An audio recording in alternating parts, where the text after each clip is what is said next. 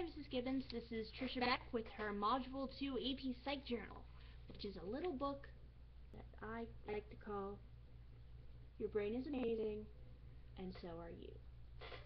Let's begin.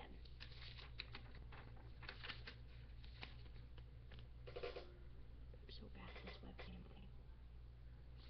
Your brain is amazing. I tell you it's true. It's the reason you think and say what you do. Every motion you make, every breath that you take, it comes from your brain, so make no mistake. Your brain is amazing, and so are you. Your brain is amazing. It has many parts. I think that this place is a good place to start. It's called the medulla. You can't live without it. It keeps you alive, so there's no doubt about it. An injured medulla is no laughing matter, because your medulla lets your heart pitter-patter.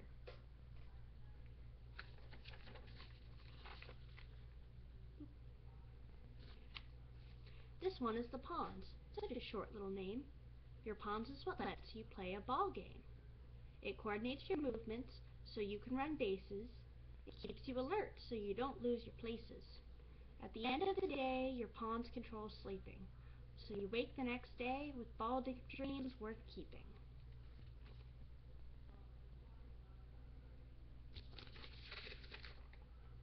This one has a long name, reticular formation. It keeps the medulla and pons in relation.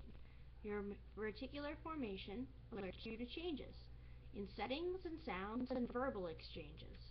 It's like when you hear a cuckoo clock. Cuckoo is a different sound from tick-tock. This is your cerebellum. That means little brain.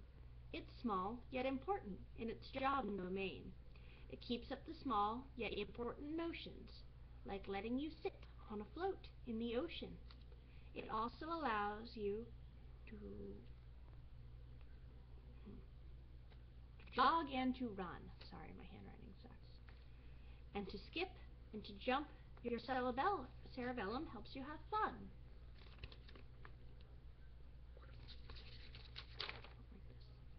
These parts of the brain, you could call them neighbors. They live close together. They share jobs and labors. They live in the hindbrain, the downtown of Brainville. Let's keep on exploring. There's so much to see still. I'm not an artist. Do you know why your brain looks wrinkled and gray? The part called the cortex makes it that way. The cortex is the brain's outer shell. If someone is smart, here's how you can tell. A wrinkly cortex shows a developed mind.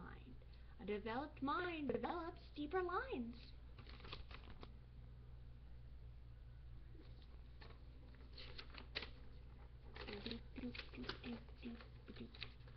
Under the cortex, you'll find two twin brothers. Thalamus and hypothalamus help one another. Thalamus is a messenger who sends information from your sensory organs to your brain info station. He helps you to know what you see, taste, and hear. Meanwhile, his brother hypothalamus is near. Hypothalamus is busy decoding information, so you know if you're thirsty or in need of gestation. The hypothalamus tells you what your body needs. The thalamus tells you what your body reads. This is my little hypothalamus. Very small. The occipital lobe at the base of the cortex processes information and puts it in context. It lets you identify the things that you see, so you know the difference between flowers and bees. You can see how identification can be handy when deciding to eat an eraser or candy.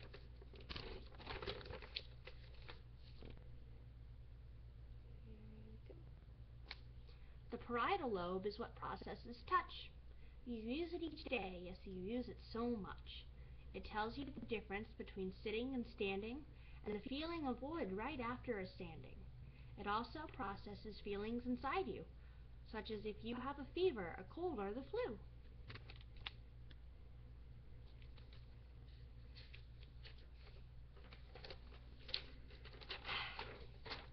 Your brain has many jobs. Your brain's always busy. But don't overthink it. Don't get in a tizzy. Understanding your brain can be simple and easy, so don't get too flustered, flabbergasted, or queasy.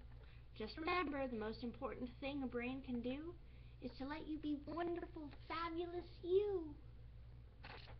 Thanks. Have a great day.